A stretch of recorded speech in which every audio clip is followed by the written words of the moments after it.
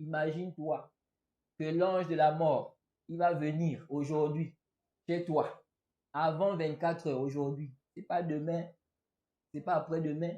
24 heures aujourd'hui là, l'ange de la mort vient. Il vient prendre ton âme. Est-ce que tu es prêt?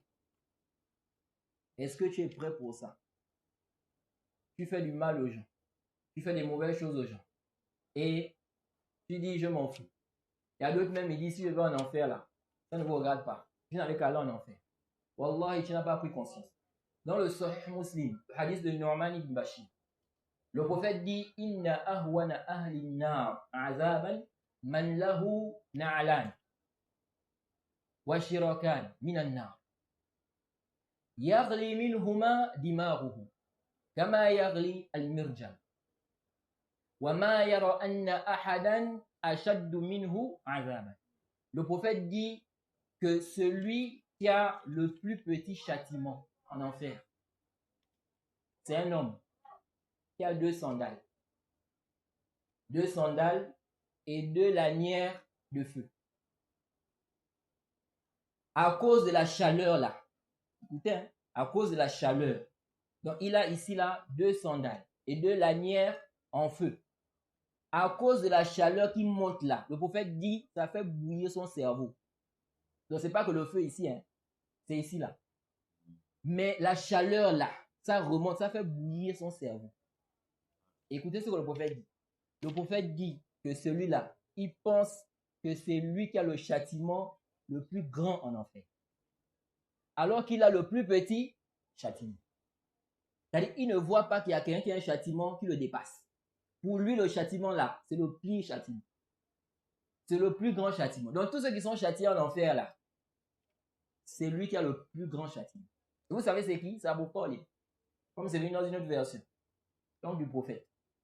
Abu Talib. Il a le plus petit châtiment, mais il pense qu'il a le châtiment le plus grand. Bon, maintenant, imaginez-vous, celui qui aura un châtiment qui est supérieur à son châtiment. Comment il va voir ça?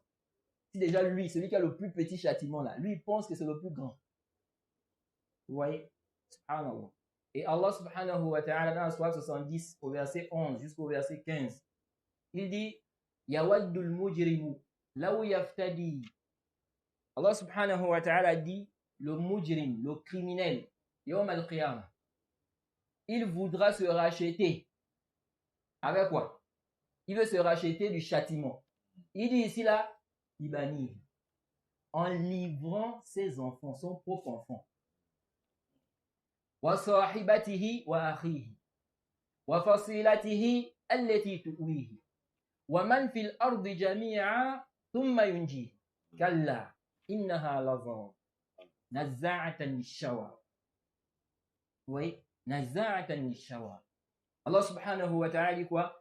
Le criminel, yawm al-qiyamah, pour fuir le châtiment là, il va vouloir livrer son propre enfant pour être libéré. C'est pas tout. Allah dit son frère. C'est pas tout. Allah dit sa compagne, son clan qu'il a même soutenu, qu'il a aidé. Et tout ce qui est sur la terre, il va vouloir donner tout ça là pour être sauvé. Et Allah subhanahu wa ta'ala dit jamais. Rien ne le sauvera ici. Et il dit quoi? Il dit l'enfer est un brasier arrachant brutalement, n'est-ce pas, le crâne. Ah non. Quand toi tu viens, tu te dis non, même si je vais en enfer, c'est pas ton problème. Je vais pas aller en enfer. Wallah, tu n'as pas médité. Déjà même le feu qu'on a ici là. Allah subhanahu wa ta'ala nous a dit qu'il a fait ça pour qu'on puisse réfléchir, penser au feu de l'enfer. C'est quoi? C'est une tazkira, ce feu là. Le feu là seulement, toi tu n'arrives pas à supporter ça. Si tu mets ton doigt là, tu vas vite enlever. Maintenant, que dire de quelqu'un qui va être en enfer? On ne sait pas combien d'années. 15 ans, 10 ans, 20 ans, 60 ans. On ne sait pas. Éternellement. Pour ceux-là qui vont commettre la mécréance et le shirk.